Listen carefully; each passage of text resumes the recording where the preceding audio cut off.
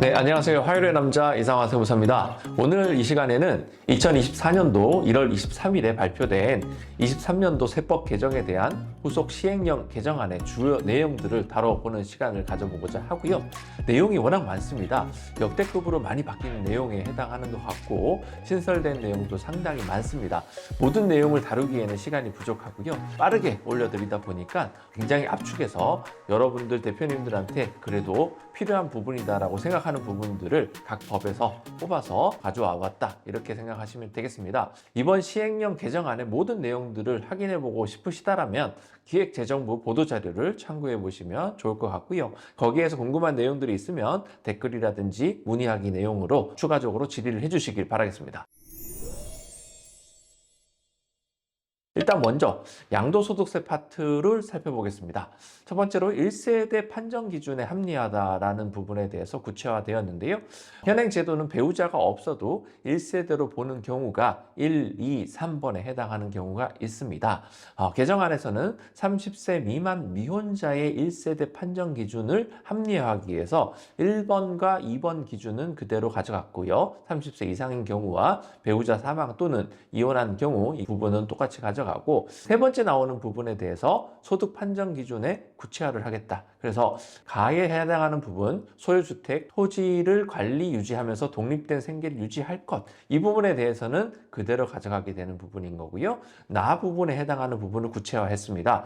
12개월간 경상적 반복적 소득이 기존 중위소득 을 12개월로 환산한 금액의 40% 이상이 될 것. 개정 이유는 1세대 여부에 대한 납세자의 예측 가능성을 제고하겠다. 적용 시기는 시행령 시행일 이후에 양도하는 부분부터 적용하겠다라고 하니 지금부터 적용이 된다, 이렇게 보시면 되겠습니다.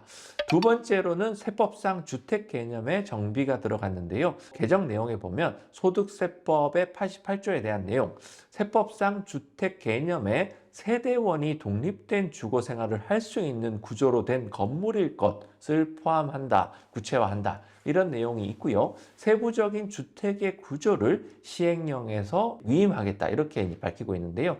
개정안에 이 부분을 구체화했습니다. 주택의 구조는 세대별로 구분된 각각의 공간마다 별도의 출입문, 화장실, 치사시설이 설치되어 있는 구조를 주택으로 보겠다, 이렇게 밝히고 있고요. 개정 이유는 주택 여부에 대한 납세자의 예측 가능성을 제고하겠다. 적용 시기는 24년도 1월 1일 이후 양도하는 분부터 적용된다고 하니 잘 살피시길 바라겠고요. 세 번째 내용은 다주택자 양도세 중과배제 주택 추가 및 한시배제를 1년 연장하겠다라는 내용에 해당하겠습니다. 현행 제도로서 다주택자가 조정 대상 지역 내 주택 양도 시에 양도세 중과 제외 대상으로서 지방 저가주택, 이 부분이 있었던 부분인데요. 이 부분에 대해서 1년 연장하겠다는 내용하고 추가적으로 내용들이 나오게 되는데요. 24년도 1월 10일부터 25년도 12월 31일 중에 취득한 주택으로서 다음 어느 하나에 해당하는 주택수에서 제외하겠다는 내용인 거고요. 첫 번째로는 소형 신축 주택이라고 하고 전용 면적 기준으로 60m 제곱 이하일 것, 취득가액은 수도권은 6억 원이고요. 비수도권은 3억 원 이하가 되겠습니다. 준공 시점은 24년도 1월 10일부터 25년도 12월 31일까지 준공이 되어야 하고 주택 유형은 아파트 제외, 이렇게 나와 있습니다.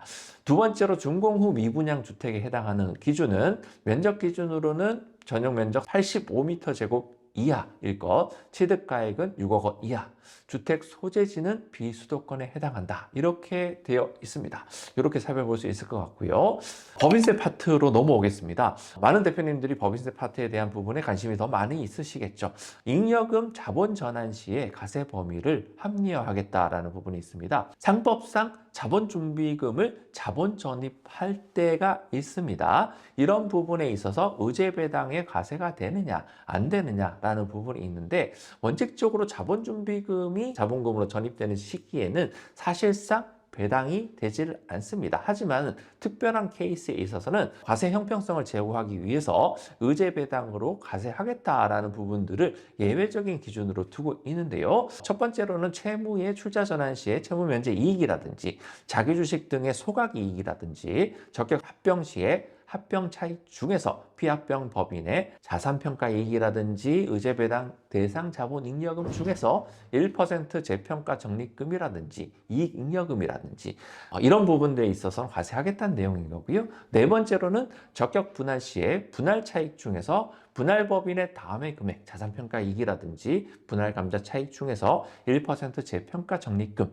이 부분에 대해서는 이제 기존에 있었다라는 부분인 거예요. 하지만 여기에 신설되는 부분들을 살펴보게 되는 부분인데, 이익 잉여금으로서 상환된 상환 주식의 주식 발행 액면 초과금, 이렇게 표현하고 있습니다.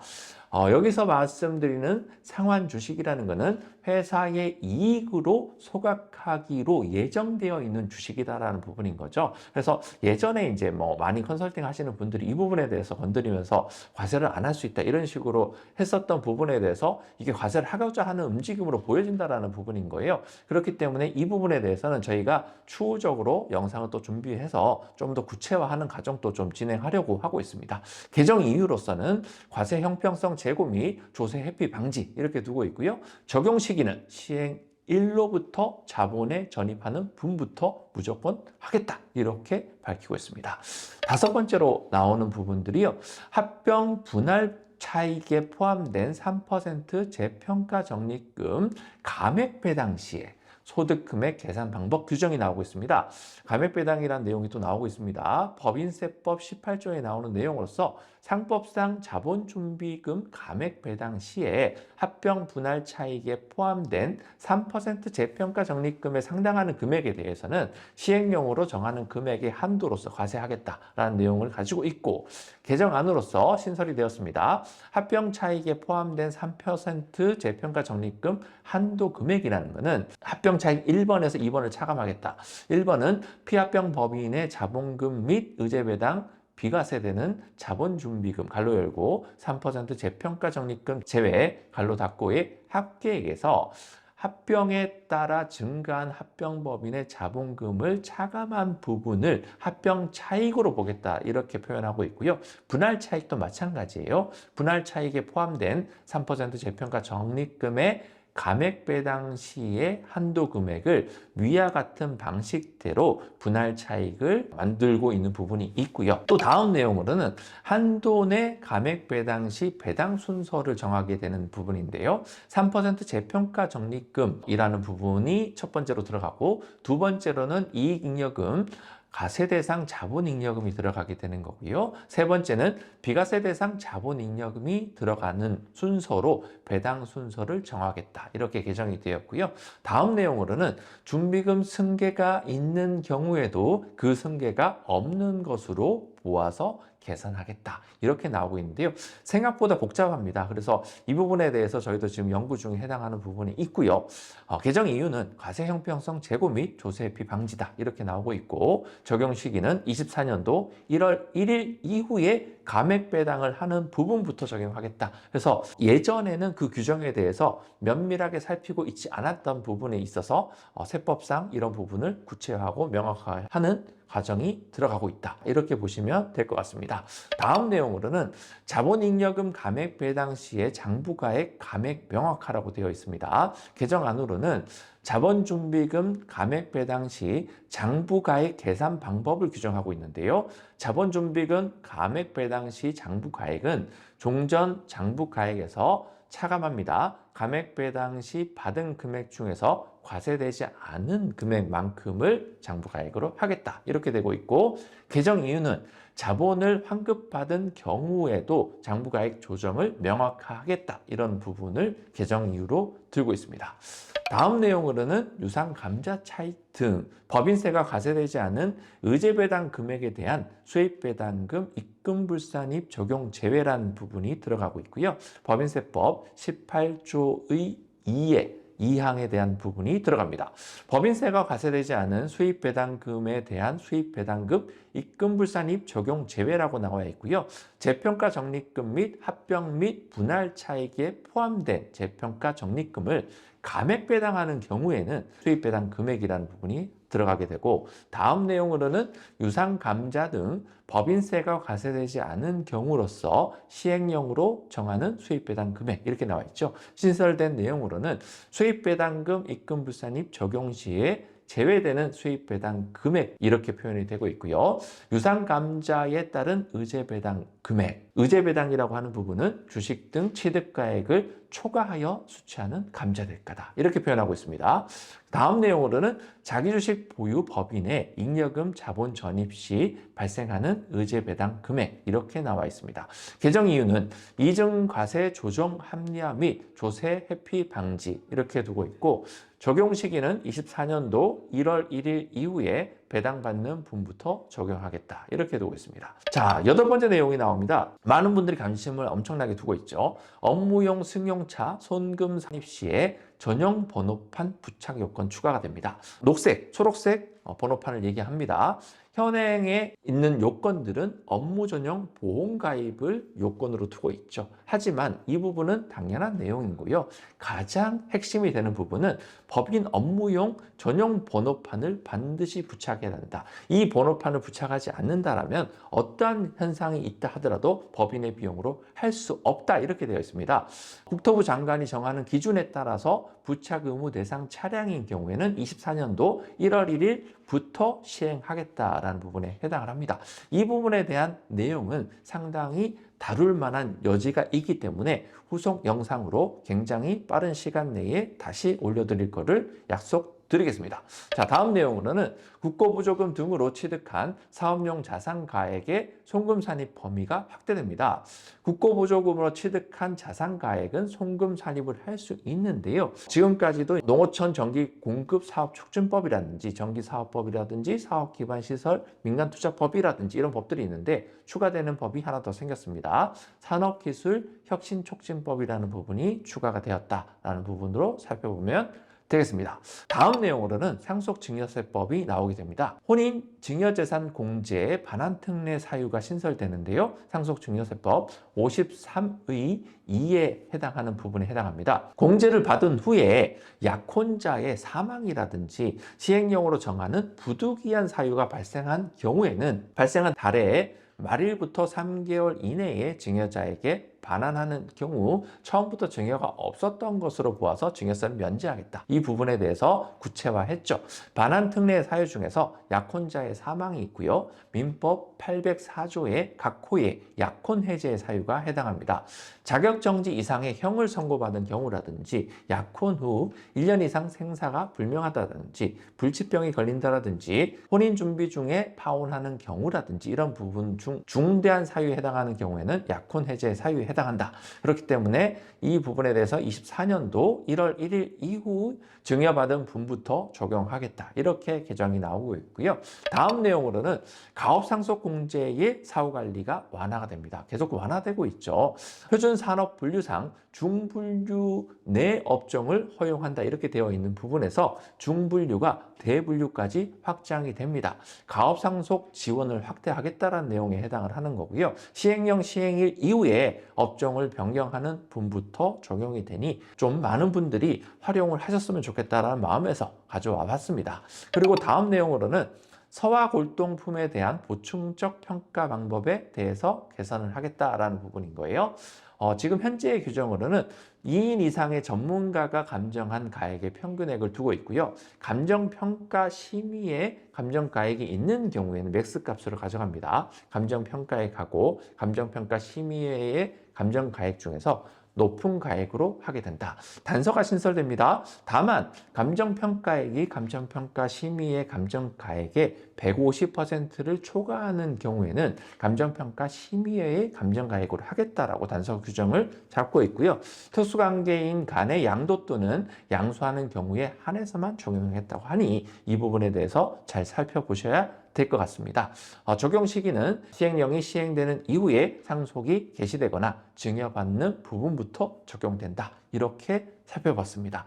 네, 다음 법으로는 종합부동산세 파트가 되겠습니다. 다주택자 중과배제 주택 추가가 있는데요. 현행 규정상 주택수에서 제외되는 주택의 범위 중에서 일시적 2주택, 지방 저가주택 등이 있는데 여기에다가 추가가 됩니다. 24년 1월 10일부터 25년 12월 31일 중에 취득한 주택으로서 다음 어느 하나에 해당하는 주택, 이거 어디서 많이 봤죠? 양도소득세 규정 그대로 가지고 온 내용에 해당을 하고요. 소형 신축주택의 경우에는 면적 기준 전용 면적 60m 제곱 이하인 경우하고 취득가액 수도권 6억 원, 비수도권 3억 원 이하, 준공 시점 24년 1월 10일부터 25년 12월 31일. 주택 유형은 아파트가 제외된다. 이런 내용이 있었고, 준공 후 미분양 주택에 해당하는 경우에는 면적 기준 85m 제곱 이하고요. 취득가액은 6억 원 이하. 주택 소재지는 비수도권. 이렇게 되어 있습니다. 시행령 시행일 이후에 납세 의무가 성립하는 부분부터 적용된다. 이렇게 보시면 되고요. 조세특례제한법 파트로 넘어가 보겠습니다. 중소기업 취업자에 대한 소득세 감면 대상 업종이 확대된다라는 부분입니다. 현행은 중소기업 취업자에 대한 소득세 감면의 규정을 두고 있는데 대상으로서 청년, 노인, 장애인, 경력 단절 여성 이렇게 두고 있는 부분은 그대로 가져가고요. 대상 업종 중에서 농업이나 제조업이나 도매업을 두고 있는데 여기서 추가해서 컴퓨터 학원에 대한 부분까지 추가가 된다라는 부분, 많은 분들이 살펴서 적용을 받았으면 좋겠다라는 부분입니다. 26년도 12월 31일까지 적용되는 규정이고요. 중소기업, 취업, 청년 등에 대한 세제 지원 확대에 개정 이유를 두고 있고, 시행령이 속하는 과세연도 발생하는 소득분부터 적용된다. 이렇게 보시면 되고요. 다음 내용으로는 R&D세 공제 대상 인건비 범위를 합리화하겠다. R&D세 공제 대상 인건비라는 부분에 대해서 4대 보험료의 사용자 부담분을 인건비 범위로서 명시를 구체화했습니다. 4대 보험이라는 것은 국민연금, 건강보험, 고용보험, 산재보험 이렇게 들어가겠죠. 개정 이유는 4대 보험료의 공제 대상 여부를 명확화했고요. 24년 1월 1일부터 개시하는 과세연도부터 적용이 됩니다. 다음 내용으로는 감염병 예방조치에 따른 손실보상금, 입금불산입 특례 관련 세부사항 규정이 정해지게 되는데요. 조특법 99조의 13에 해당하고요. 내국인이 소상공인법에 따라서 감염법 예방에 위한 집합 제한 및 금지 조치로서 지급받은 손실보상금에 대한 입금불산입을 허용하겠다. 이 부분에 대해서 개정안에서 손실보상금, 입금불산입 신청 등에 대해서 과세표준 신고 시 손실보상금 입금불산입 명세서를 함께 제출하여라. 이렇게 구체적으로 안을 두게 되었습니다. 적용 시기는 24년도 1월 1일 이후 받는 손실보상금분부터 적용이 된다. 자, 내용이 상당히 방대하고요. 지난 10년간 내용으로 추려봤었을 때 가장 좀 많이 개정이 된 부분이 있지 않았나 내용이 이제 있고요. 그 중에서도 법인에 대한 내용들이 상당히 많이 차지하고 있습니다.